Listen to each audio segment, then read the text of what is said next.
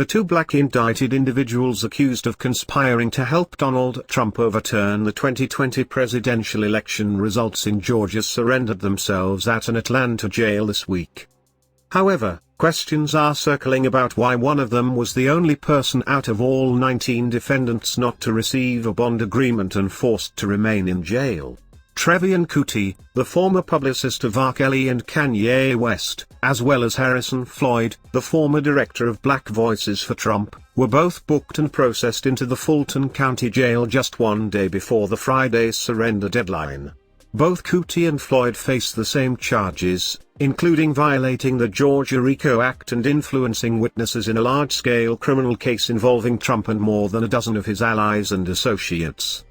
They were both indicted after prosecutors found evidence linking them to an alleged attempt to intimidate and pressure a Fulton County election worker into falsely admitting that she stole votes during the election. Most defendants' bond agreements were set at 5- and 6-figure sums.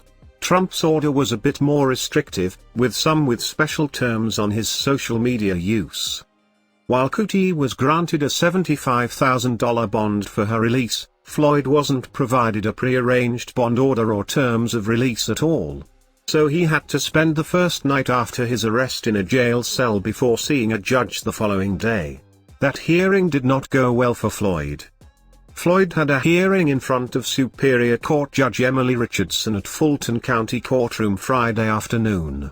The issue of bond will not be addressed today. That is going to be addressed by Judge Scott McAfee, who is assigned to your case, the Atlanta Journal-Constitution reports Richardson told Floyd during his appearance. The Maryland man told the judge he has no attorney and hiring one would cost him $40,000 to $60,000, money he said he doesn't have. I cannot afford an attorney, the AJC reports Floyd told Richardson, to which she replied that he will have to work out an arrangement to represent himself with Judge McAfee.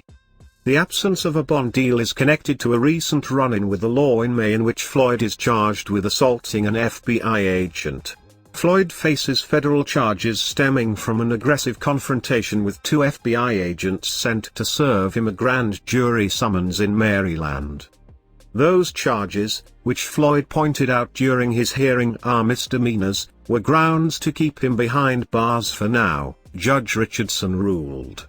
Floyd contended during his appearance that he was no flight risk. I've had no issue with being on pre-trial supervision, there is no way I'm a flight risk. I showed up here before the president was here, but Richardson was not swayed, the AJC reports.